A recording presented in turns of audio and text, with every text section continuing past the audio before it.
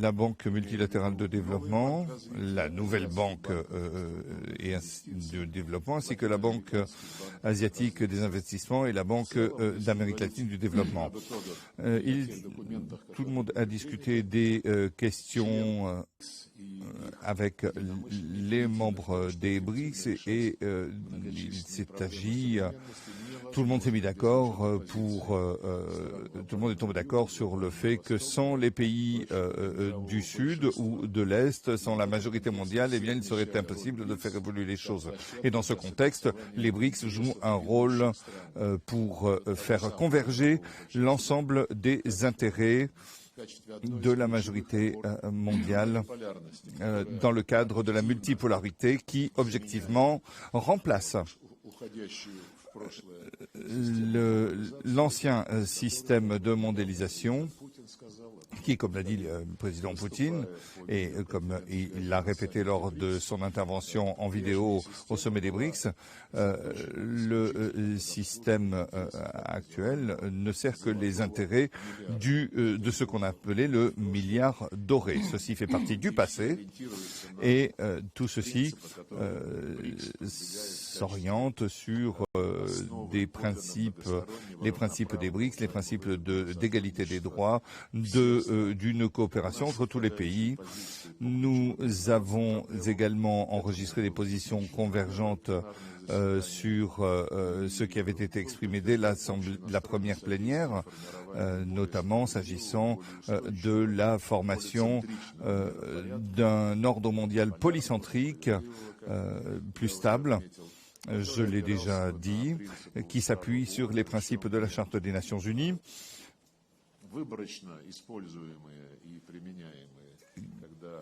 applicable, mais pas seulement applicable lorsque nos collègues d'Occident le considèrent comme dans leur intérêt, mais les principes de la Charte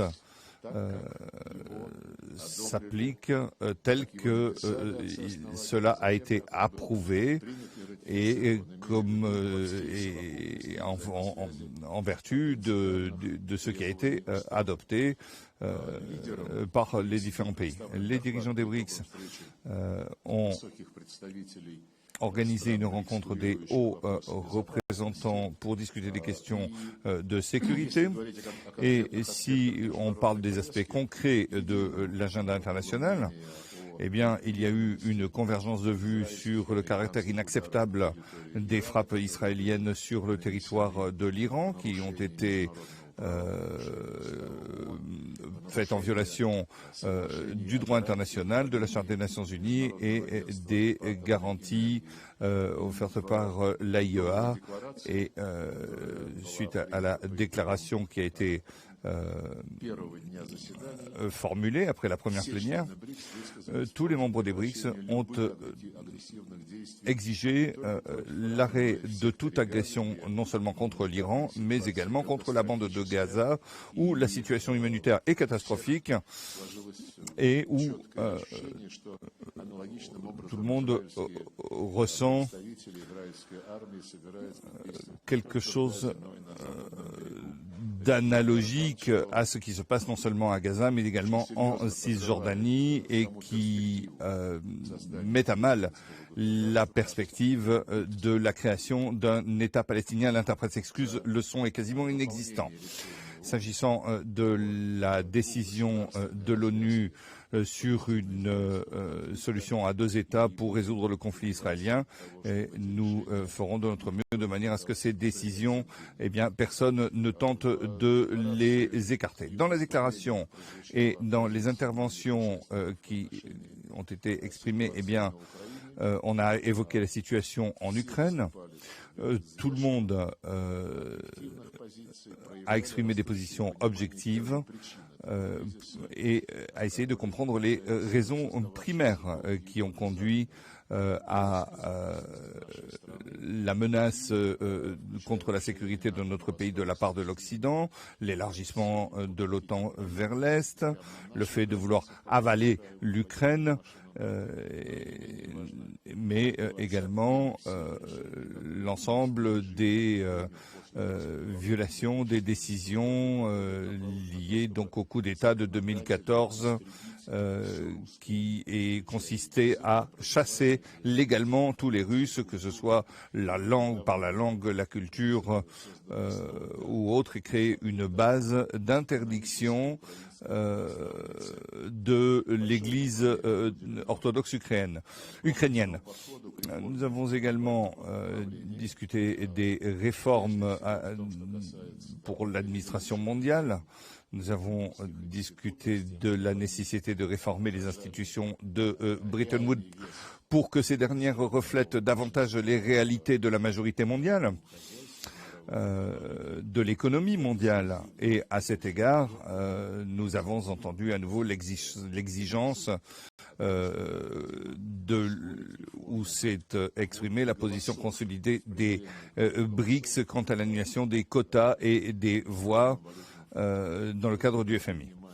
Nous avons été également attentifs à la nécessité de réformer et dans cette réforme de mettre fin aux pratiques actuellement en vigueur au Fonds monétaire international, notamment l'octroi de financement à ceux qui plaisent aux politiques occidentales. Nous avons vu que, par exemple, les financements pour l'Ukraine ont augmenté considérablement. Le volume des ressources, donc l'aide à l'Ukraine dépasse toutes les aides octroyées à l'Afrique, que ce soit de la part du FMI, de la Banque mondiale ou autre. Nous avons également discuté de la question de la réforme de l'Organisation mondiale du commerce. Était présent le directeur général. Il nous a parlé du processus en cours de réforme pour quelque chose de plus efficace, plus démocratique. Et nous avons attiré l'attention consistant à résister à la tentation de politiser l'organisation. S'agissant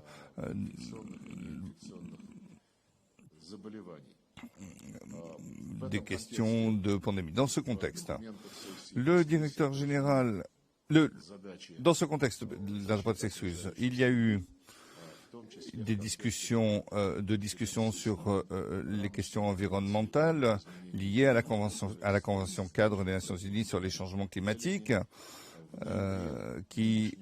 dont la conférence des parties se tiendra en novembre. Il s'agit de la 30e conférence et il est très important de tenir compte du fait que tout le monde essaiera d'éviter les diktats dans ce domaine s'agissant de l'adaptation aux stratégies nationales. L'Occident, comme vous le savez, travaille de façon active pour faire dépenser au pays de plus en plus de moyens pour la transition écologique dans l'intérêt du développement économique, ou en dépit de l'intérêt du développement économique. Il y a des structures de développement, il y a eu également l'Alliance des femmes des BRICS, se sont exprimés également l'ensemble des dirigeants au cours de ce sommet sur des questions liées à l'évolution des orientations actuelles. Bien sûr, ces mécanismes existent, le travail est très important pour renforcer la coopération entre les membres dans le domaine culturel, académique, humanitaire et autres. Nous avons également enregistré les résultats des BRICS. Il y a eu beaucoup de réunions, non seulement le sommet, mais également des réunions sectorielles liées à la culture, à l'économie, au développement économique, de l'intelligence artificielle. Pour l'intelligence artificielle, eh bien, il y a eu une déclaration qui a été faite pour souligner la nécessité d'élaborer des mécanismes de réglementation de l'intelligence artificielle sous l'égide de l'ONU et pas sous l'égide d'un petit nombre de pays cooptés. L'interprète s'excuse, il n'y a plus de son. Nous avons également discuté du partenariat des BRICS s'agissant des questions sociales et des maladies. C'était à l'ordre du jour et je suis certain que cela constituera une expérience positive. Tout ce qui se réalise dans le cadre des BRICS en matière de santé est également très important, revêt un format international, en témoigne la présence de l'OMS et de l'Organisation des Nations Unies. La présidence brésilienne n'est pas encore terminée, elle se termine à la fin de l'année. Il y aura un certain nombre de réunions au niveau des experts et au niveau ministériel pour discuter des questions douanières, juridiques, financières et autres. Mais la prochaine présidence sera assurée par l'Inde et nous souhaitons à nos collègues indiens, nous avons discuté avec nos collègues indiens de l'ensemble des éléments à l'ordre du jour pour garantir la succession l'année prochaine donc pour 2026.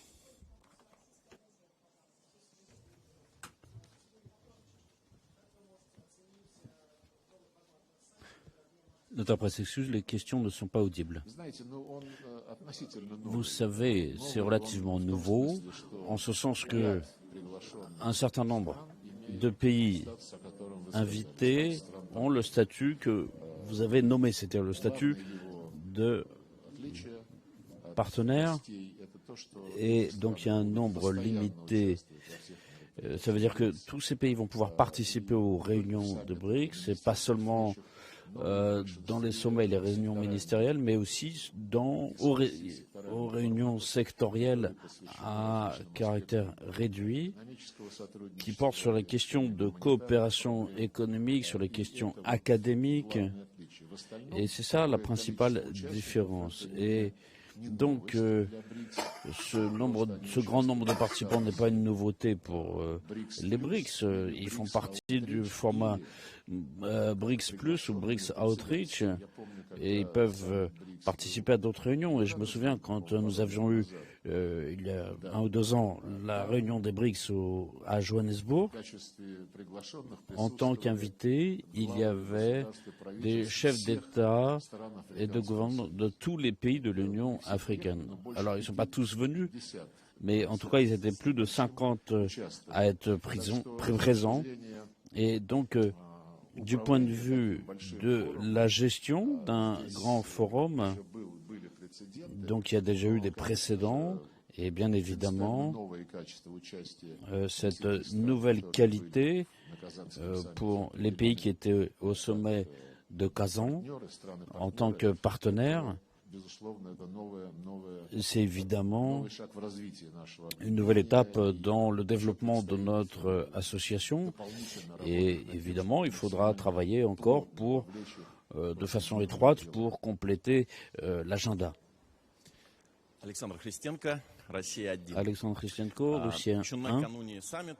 À la veille du sommet, la presse occidentale avait dit que l'extension des BRICS était finalement dangereuse pour elle et qu'ils ne pouvaient pas être unis sur tous les points et que le symbole c'était justement que Vladimir Poutine et Xi Jinping ne participaient pas personnellement. Quelle appréciation vous donnez? Je pense que c'est une réflexion qu'il porte.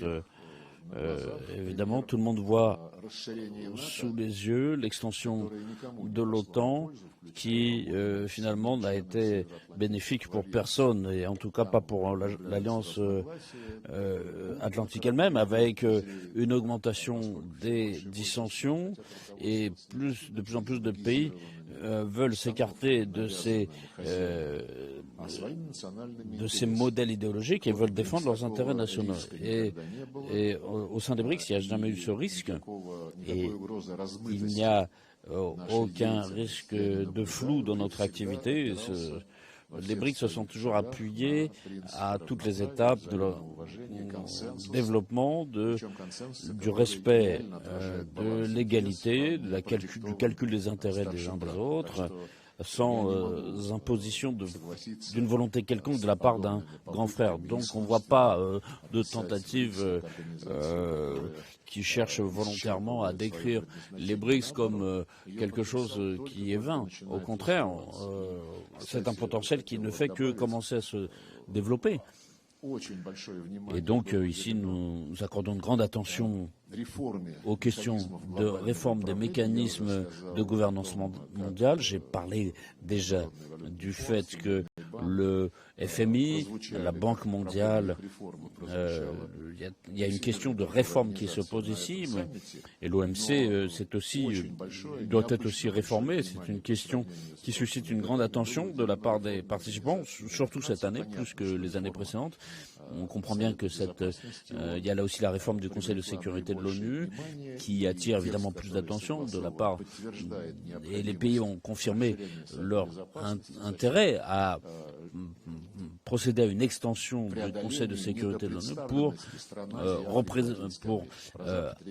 accroître la représentativité des pays du Sud en son sein. Donc, parce que on voit les pays occidentaux ont beaucoup plus de place qu'il ne leur reviendrait logiquement quand on parle du calcul de l'équilibre des forces sur la balance internationale. Mais en tout cas, pour la première fois, nous avons eu un examen détaillé de la question du secrétariat de l'ONU, avec une critique directe sur le problème de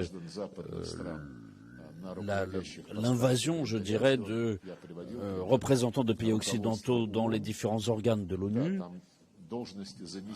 avec des postes de responsables et d'adjoints, ils sont plusieurs dizaines ici, et les postes clés qui influent réellement sur le fonctionnement du secrétariat général, avec la formulation de propositions et leur traitement, et ce qui a une grosse influence sur l'agenda, justement. Ces postes sont occupés par des pays de l'OTAN. Le secrétaire général, avec qui j'ai discuté ici même, il est du Portugal. Il y a un adjoint sur les questions politiques qui est citoyenne américaine, il y a un adjoint qui est français, il y a un adjoint sur les questions humanitaires qui est ressortissant britannique, et donc il y a aussi les premiers assistants au secrétaire général. Donc il y a citoyens du Nigeria et aussi des États-Unis. Donc, au moment où on promeut le développement et des résolutions en faveur de l'ordre du jour, on voit ici le développement de ces principes qui avaient été validés par l'Assemblée générale, et on voit le concept de l'ONU 80 où sont déjà détaillées toutes les étapes de réforme du secrétariat, et ça c'est très important, ça nécessite une attention poussée, et si on suit ce processus,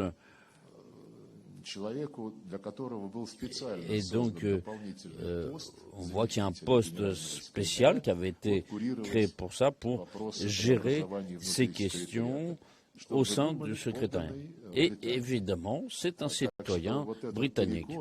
Et donc, ce déséquilibre est évident pour tout le monde, notamment dans le cadre de ce processus ONU 80, et donc évidemment difficile de faire en sorte que cette réforme des organes, pour que tout soit informé, des décisions qui sont prises en coulisses, dans l'intérêt de certains groupes de pays. Et tout cela est très manifeste, et la Russie, avec ceux qui partagent son point de vue, a soumis des résolutions pour éviter que ces organes intergouvernementaux soient sous l'égide de pays occidentaux au sein de l'ONU. Hier, il y a une... je ne vous entends pas.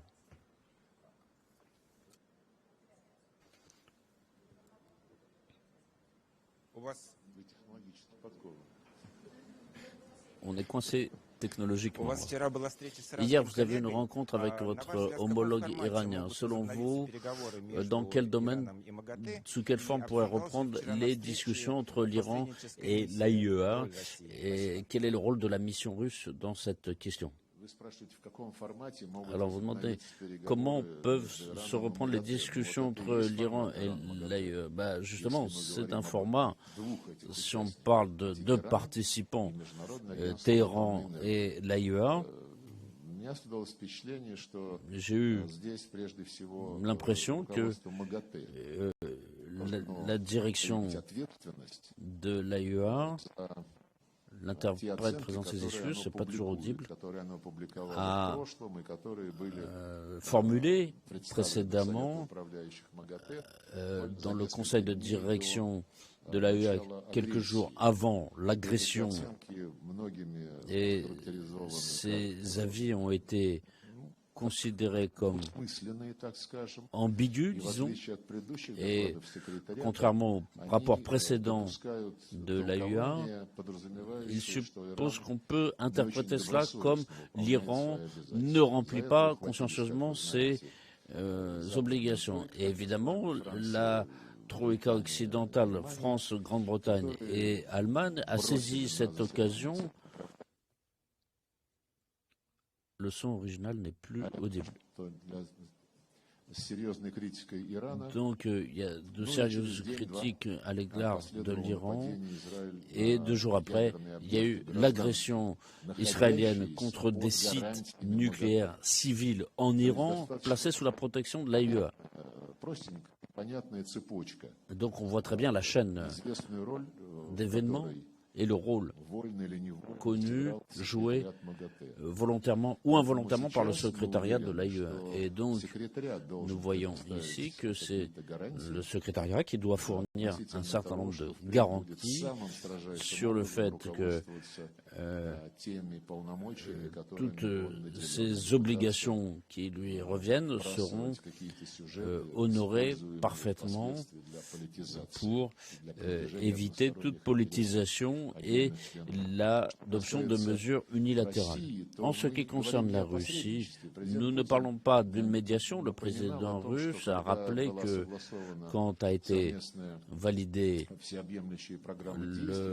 l'accord sur le nucléaire iranien en 2015, cet accord prévoyait que la Russie pouvait apporter un service en matière d'appauvrissement de l'uranium qui était en Iran avant cet accord pour pouvoir être utilisé dans des réacteurs nucléaires, puisque après que les États-Unis se sont retirés unilatéralement de cet accord, l'Iran n'avait pas d'obligation de se limiter en enrichissement de l'uranium, mais nous avons simplement rappelé que nous avons des technologies qui sont à notre disposition, nous sommes prêts à les fournir. Donc l'uranium trop enrichi peut être utilisé pour être transformé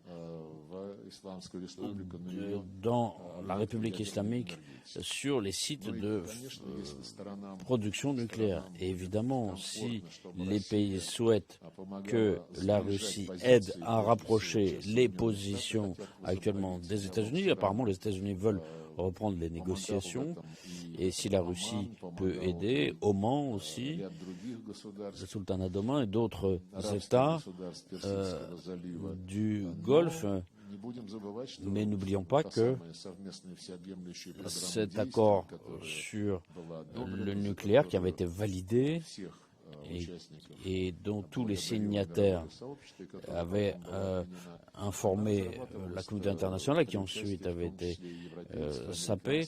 Il avait été signé par les Européens, les États-Unis, la Russie, la Chine, et donc ici encore, si l'acteur principal, à savoir Téhéran, est d'accord, ça ne dépend pas de nous. Donald Trump, avant son investiture, avait menacé les pays de BRICS avec des droits de douane à hauteur de 100%. Et hier, il a parlé de 10% pour tous les pays, comme il a dit, qui mènent une politique anti-américaine pour les BRICS. Qu'en est-il d'une monnaie des BRICS? Comment considérer ces déclaration du président américain? Le président Trump ne cache pas ses objectifs. Il défend les intérêts des États-Unis sur le plan d'abord économique, sur le plan des investissements et du commerce. Il ne cache pas ses objectifs. Ça signifie que ça confirme une fois de plus que la fin du modèle de mondialisation avec les États-Unis à leur tête et les pays libéraux. C'est la fin de ce modèle. Mais en ce qui concerne les paiements en tant que tels, jamais les BRICS n'ont voulu réellement créer d'unité monétaire. Donc il y a un travail qui se fait sur les modalités de paiement alternatives. C'était une décision qui avait été prise à Johannesburg et d'ailleurs le président Lula avait promu cette initiative. Et la proposition brésilienne était assez poussée et il était proposé même dans la déclaration de décrire clairement les formes de fonctionnement d'un tel mécanisme alternatif de règlement financier sur des plateformes. Et finalement, les ministères des Finances avaient fait une proposition pour la création de telles plateformes de paiement entre les pays, ne dépendant pas du dollar, dont la position dans l'économie mondiale qui a été sous les démocrates a été un instrument d'abus. Et là, avant son investiture, le président Trump avait directement accusé l'administration Biden en disant que pendant des années, le dollar était devenu un instrument et que la confiance envers lui avait été sapée. Et il a raison, c'est effectivement le cas. On nous a parlé longtemps, ces dernières peut-être 30 ans, que le dollar n'est pas une propriété américaine, ça appartient à l'ensemble de l'humanité, ça fait partie de l'économie mondiale et que les États-Unis, les conditions des États-Unis doivent être acceptables pour tous. Et personne ne sait qui et comment punir. On peut citer beaucoup d'exemples, mais je ne vais pas m'y attarder. Mais même ceux qui sont les alliés des États-Unis ne peuvent pas être complètement rassurés sur ce plan. Quant aux BRICS, nous n'avons pas parlé de l'unité monétaire, mais nous avons insisté sur le renforcement du rôle des devises nationales, et c'est déjà ce qui se fait. Et nous avons parlé d'une nouvelle plateforme d'investissement avec une plateforme de règlement monétaire et qui se met en place, qui permet de d'éviter la dépendance vis-à-vis au dollar et aussi de l'euro, parce que personne ne peut garantir ici. Le président le président Poutine, lors de la première séance du sommet à Rio de Janeiro, avait dit qu'il y a une telle implication dans nos relations commerciales au sein des BRICS, avec des partenaires qui sont des partenaires publics, et donc il y a des échanges qui sont faits précisément dans les devises des pays qui sont membres de cette association. Donc c'est un processus qui est en cours, qui se développe avec d'autres pays aussi. Et donc ça, c'est une conséquence des agissements qui ont été entrepris pour nous punir, nous en l'occurrence la Fédération de Russie, avec cette architecture qui s'appuyait sur le commerce international, sur les investissements et la présomption d'innocence, la prescriptibilité de la propriété. Et donc aujourd'hui, on voit que il y a un processus qui est en cours, un processus de fragmentation des structures qui, à l'époque de la mondialisation sous la couverture américaine, tout ce qui avait été créé qui ne suscitait pas à l'époque de rejet, tant que ce n'est pas devenu l'objet d'un abus. Monsieur Lavrov, est-ce qu'au cours de cette discussion, vous avez parlé des frappes sur des infrastructures civiles en Russie, notamment où des enfants étaient victimes? Est-ce que vous avez parlé de cela? Est-ce qu'il y a une convergence d'idées au sein des BRICS là-dessus? Est-ce qu'il y a un consensus international sur le fait que les frappes contre des sites civils ne peuvent pas être admises? Est-ce que cela peut servir de base pour lancer une enquête vis-à-vis de ces frappes? Vous savez, pour ce qui est de la déclaration approuvée par les chefs d'État, eh bien, les BRICS à l'unanimité n'ont pas parlé de la formation d'un nouveau consensus, mais de ce qui existe et de ce qui est interdit par les conventions, que ce soit la Convention de Genève de la fin des années 40 ou autres documents. Pour ce qui est non seulement les sites civils, cela concerne les sites civils, mais cela concerne également les populations civiles, surtout les enfants. C'est pourquoi ici, cela ne doit pas être considéré comme quelque chose de nouveau. C'est la confirmation de l'attachement aux principes auquel l'Occident que l'Occident ne respecte plus, et non seulement pour lui-même, mais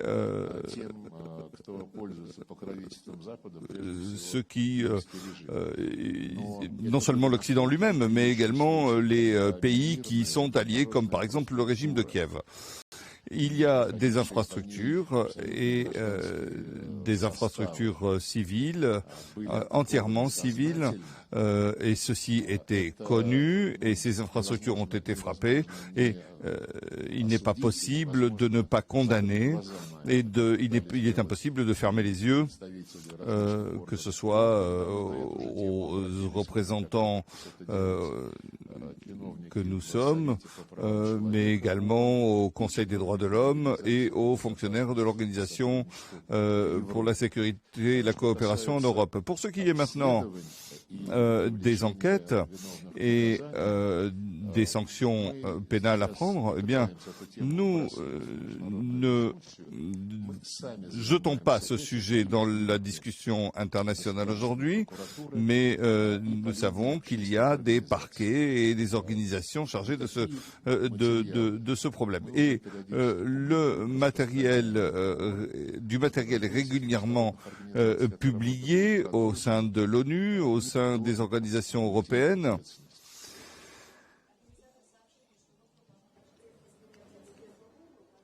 L'interprète s'excuse, le son n'est pas audible.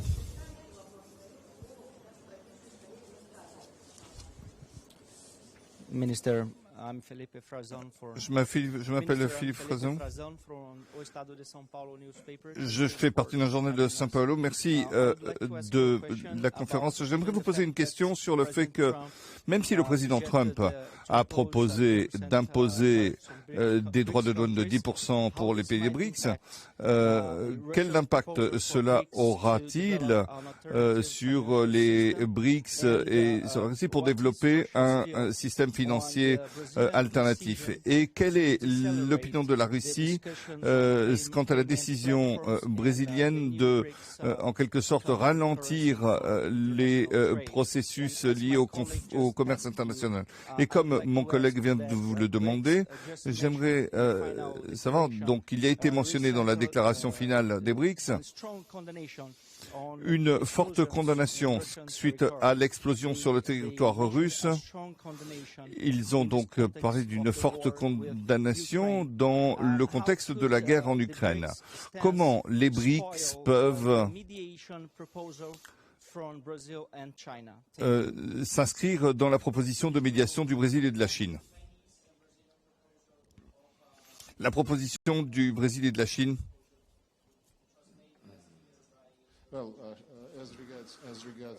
Alors, pour ce qui est de la première question, il n'y a pas d'initiative russe, comme je l'ai dit.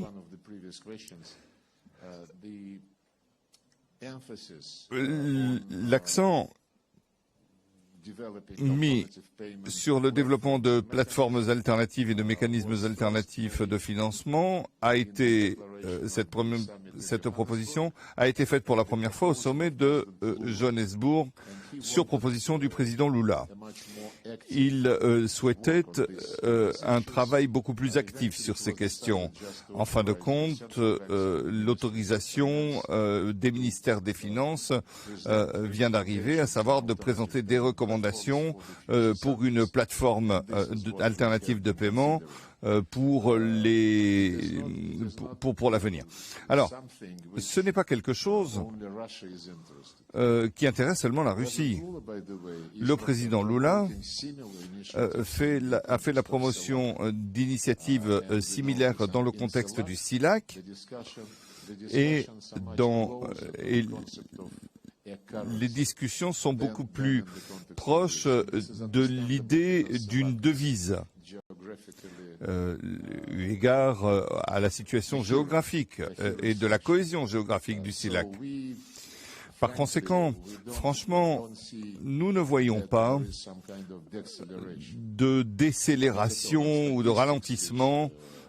Les statistiques le montrent et elles montrent que la somme de transactions qui sont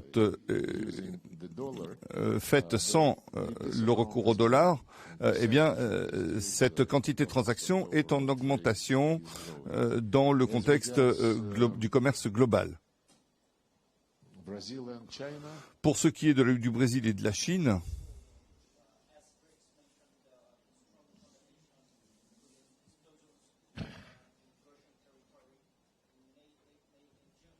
oui, ça a été condamné. Est-ce que cela pourrait gâcher les relations entre le Brésil et la Chine? Le Brésil et la Chine en faveur des infrastructures? Non, les propositions qui sont sur la table, l'interprète s'excuse, le son est extrêmement mauvais.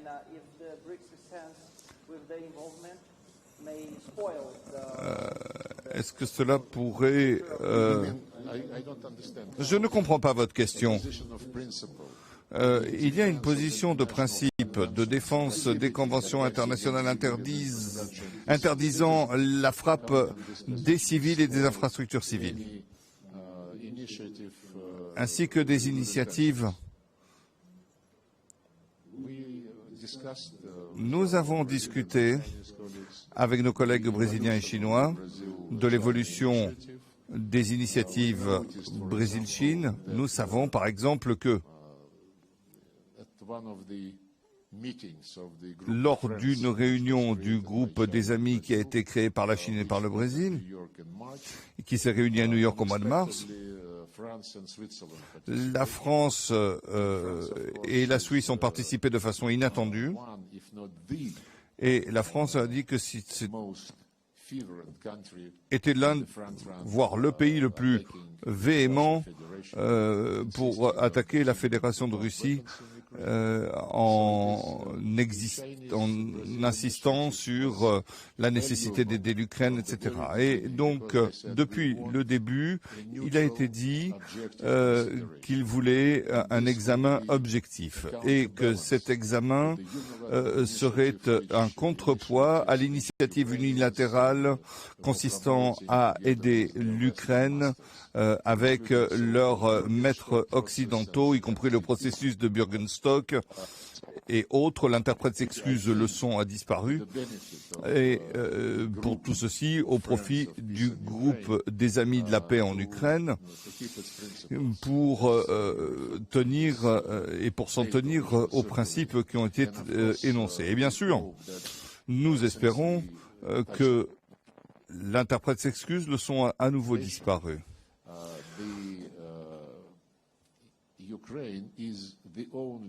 L'Ukraine est le seul pays. L'interprète s'excuse, le son a à nouveau disparu.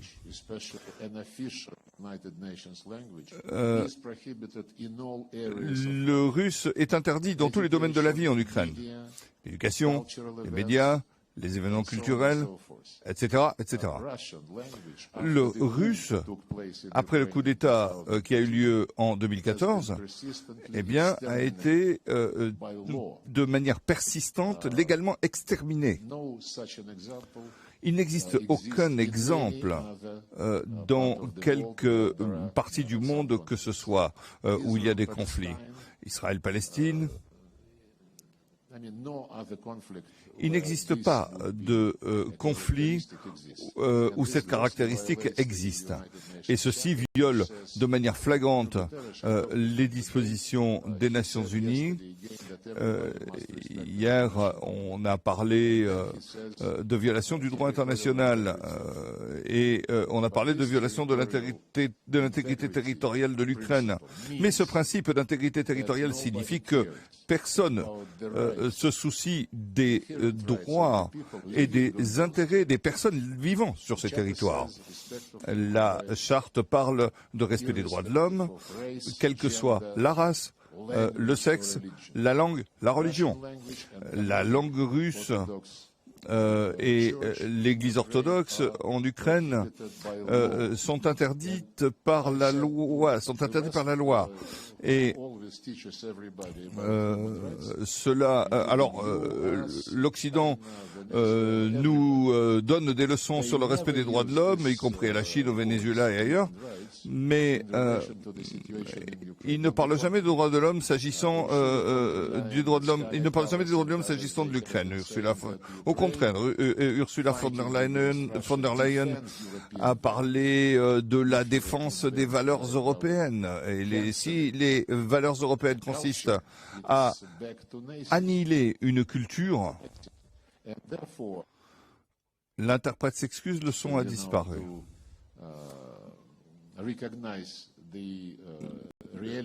Pour reconnaître les réalités liées aux violations des droits de l'homme en Ukraine. Mais nos amis du Sud qui sont intéressés par ces propres initiatives, eh bien sûr, ils peuvent se porter aux avant-postes de la lutte pour les droits de l'homme, mais pas comme le veut l'Occident, mais comme la Charte des Nations Unies l'exige. Merci beaucoup.